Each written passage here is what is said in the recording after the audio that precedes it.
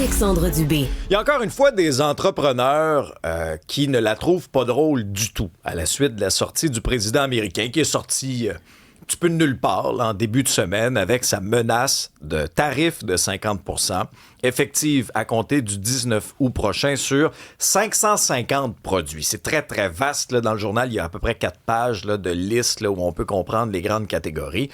Mais bref, le président a ratissé très large. Quel impact ça aura sur nos industries à nous? Véronique Proulx est présidente directrice générale de la Fédération des chambres de commerce du Québec. Bonjour, Mme Proulx. Bonjour, bon matin. Bon, d'abord, quelle a été votre première réaction quand c'est arrivé? On était surpris, en fait. On s'attendait pas à avoir ces tarifs-là qui ont été annoncés. Personne ne l'a vu venir. En fait, j'ai parlé avec bien sûr, plusieurs entreprises, mais plusieurs représentants aux États-Unis. Personne ne l'a vu venir, mais chose certaine, ce qui est très clair aujourd'hui pour les exportateurs québécois, c'est que même si nos produits étaient protégés par l'accord de libre-échange avant, maintenant, nécessairement, on sait que l'administration Trump peut venir nous mettre des tarifs néanmoins. Mais ça, c'est le gros changement, là, Mme Proulx. Là, on est avec cette menace-là de tarifs, c'est que le fameux parapluie de l'ACEUM ne nous protégerait pas pour cette vague-là qui touche quand même plus de 500 quelques produits. Ce serait quoi les secteurs d'activité les plus touchés au Québec? En fait, jusqu'à présent, ce qu'on constate, là, puis on a accès à la liste comme tout le monde, mais on est en train de faire le tour de nos membres pour comprendre l'impact, quel niveau d'exportation il y avait aux États-Unis. C'est très fragmenté en termes de type de produits. Là, on pense aux produits laitiers, on pense à certains équipements d'emballage, des textiles, on a entendu les gens dans le meuble également, l'alcool. Alors, je vous dirais que l'impact va être moins important que ce qu'on a vu, par exemple, avec les tarifs sur l'acier, l'aluminium et le bois d'œuvre, qui ciblaient des secteurs qui exportent beaucoup vers les États-Unis. Là, les secteurs qui sont ciblés, soit les entreprises exportent peu aux États-Unis, c'est moins important au niveau macroéconomique. Ceci étant dit, pour avoir parlé avec certaines entreprises qui sont affectées, c'est majeur. Parce que 50 de tarifs, là, tu fais plus d'argent quand tu es aux États-Unis. Là, tu laisses de l'argent sur la table. Alors, pour plusieurs entreprises, ça va impliquer soit de cesser la production ou l'exportation vers les États-Unis ou une relocalisation vers les États-Unis. Parce que depuis le début de cette guerre tarifaire, à un moment donné, là, à chaque semaine, c'est l'incertitude. L'incertitude, là, si ce n'est pas le pire, c'est un des pires ennemis de l'investissement et de l'entrepreneuriat. Est-ce que vous parlez à des gens, à un moment donné, là, qui ne savent plus sur quel pied danser? Je lis des témoignages dans le journal, notamment là, d'entreprises, de propriétaires d'entreprises de meubles, de propriétaires d'entreprises de portes et fenêtres. L'incertitude, là, ça peut même couler une entreprise. Absolument. Puis je nous ramène ça aux données, puis après, je vais revenir à des exemples concrets. Ouais. Quand on compare l'année 2026 à 2025, compte tenu de l'incertitude, là, vous l'avez bien nommé, les investissements privés en entreprise ont diminué de 1,8 milliard. 1,8 milliard de moins énorme au Québec. Puis le PIB manufacturier a diminué de 4,3 %. Alors, ça veut dire que le fait qu'on ne sache pas s'il va y avoir des tarifs, s'ils sont là pour combien de temps, est-ce que ça va nous toucher, on attend. On attend pour voir ce qui va se passer. On ne veut pas investir pour automatiser, robotiser. On ne veut pas investir dans une nouvelle usine. Est-ce qu'on va à l'étranger? On attend. C'est toutes ces questions-là qui font en sorte que les gens ne bougent pas parce qu'il n'y a pas de prévisibilité. Ils ne savent pas s'ils vont investir, s'ils vont perdre leur argent, puis il y en a qui ont investi et qui ont perdu. Alors, l'impact de l'incertitude, c'est ça. C'est qu'on produit moins, on investit moins. Puis moi, c'est ce qui me préoccupe le plus pour le Québec, pour nos régions. Aujourd'hui, là, il y a un impact qui est important, mais ces entreprises-là qui investissent pas ou qui choisissent de quitter le Québec pour investir aux États-Unis, parce qui peut les blâmer? Là, ils veulent avoir accès à la plus grande économie mondiale. Ça risque d'avoir un impact sur notre empreinte manufacturière, sur le nombre de manufacturiers qu'on a en région à terme, et donc notre capacité à faire vivre nos régions. Il y a plusieurs réactions sur la messagerie, entre autres, il y en a qui se demandent si ça pourrait entraîner éventuellement des fermetures de commerce. Absolument. En fait, ça va entraîner dans un premier temps des fermetures d'usines qui sont au front, là, qui sont les premières qui sont affectées par les tarifs. Mais après, quand on va en région, les petites, les moyennes entreprises manufacturières, celles qui font vivre les commerces de détail, l'industrie du tourisme, la restauration.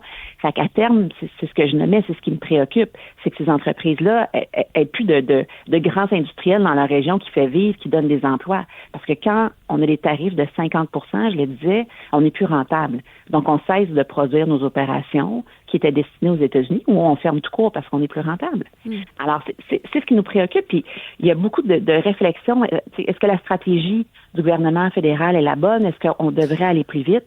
Chose certaine, chaque jour qui passe, ça l'augmente au niveau de l'incertitude, puis ça fait en sorte que nos entrepreneurs prennent des décisions, soit de diminuer leur production ici ou d'investir aux États-Unis. Bon, là-dessus, je veux vous entendre d'ailleurs, parce qu'il y a le sommet des premiers ministres à Charlottetown. Bien sûr que cette question-là rebondit. En fait, ça a monopolisé pratiquement toute l'attention hier.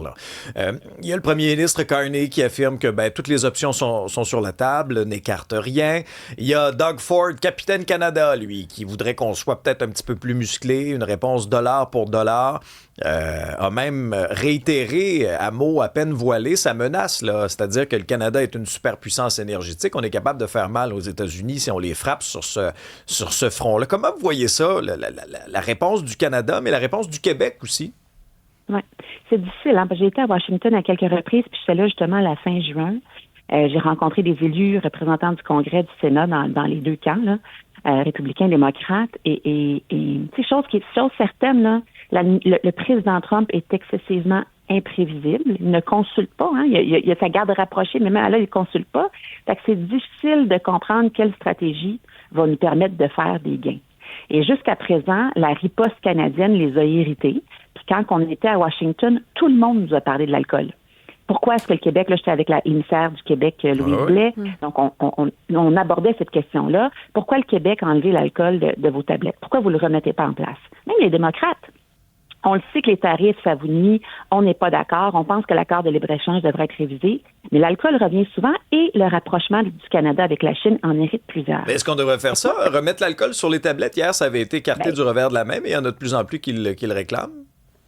Le ministère du Québec avait été très clair que si on fait ça, ça prend quelque chose en échange, puis je pense que c'est la bonne stratégie. Ce sont des leviers de négociation pour obtenir des gains. Mais là, la ligne est mince là, entre comment est-ce qu'on réussit à avoir des rencontres formelles, des tables de discussion, comme le Mexique le fait dans le cadre de la révision de l'accord de libre-échange.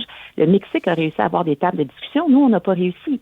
Fait que moi, je pense qu'il faut la priorité doit demeurer les États-Unis. Le premier ministre Carney doit redoubler d'efforts dans les discussions. Tout le monde doit participer à cet effort diplomatique-là. Il faut chercher une solution. Chaque jour qui passe, ni à notre économie. Et les entreprises qui quittent le Québec, qui s'en vont aux États-Unis, ils ne reviendront pas. Mais c'est des investissements qu'on a perdus pour de bon. Est-ce qu'il y a une façon de se préparer? Parce que 50 % est-ce que ça va être moins? Est-ce que ça aura vraiment lieu? Comme on ne le sait pas. Comment, justement, on anticipe? Alors, les entreprises, dans le fond, il nous reste 29 jours. Dans 29 jours, ces tarifs-là devraient être en vigueur. J'ai parlé avec quelques entreprises. Je pense à une dont 75 % de ces produits sont exportés aux États-Unis. 50 % de tarifs, c'est fini. Là. Il n'y a pas de solution. Il n'y a pas d'aide gouvernementale qui peut être offerte. Il n'y a pas d'alternative. Okay? Dans son cas à elle. Mais il y aura certainement d'autres cas où peut-être qu'on sera capable d'ajuster notre chaîne d'approvisionnement. Il y a peut-être des plans de mitigation qui peuvent être mis en place.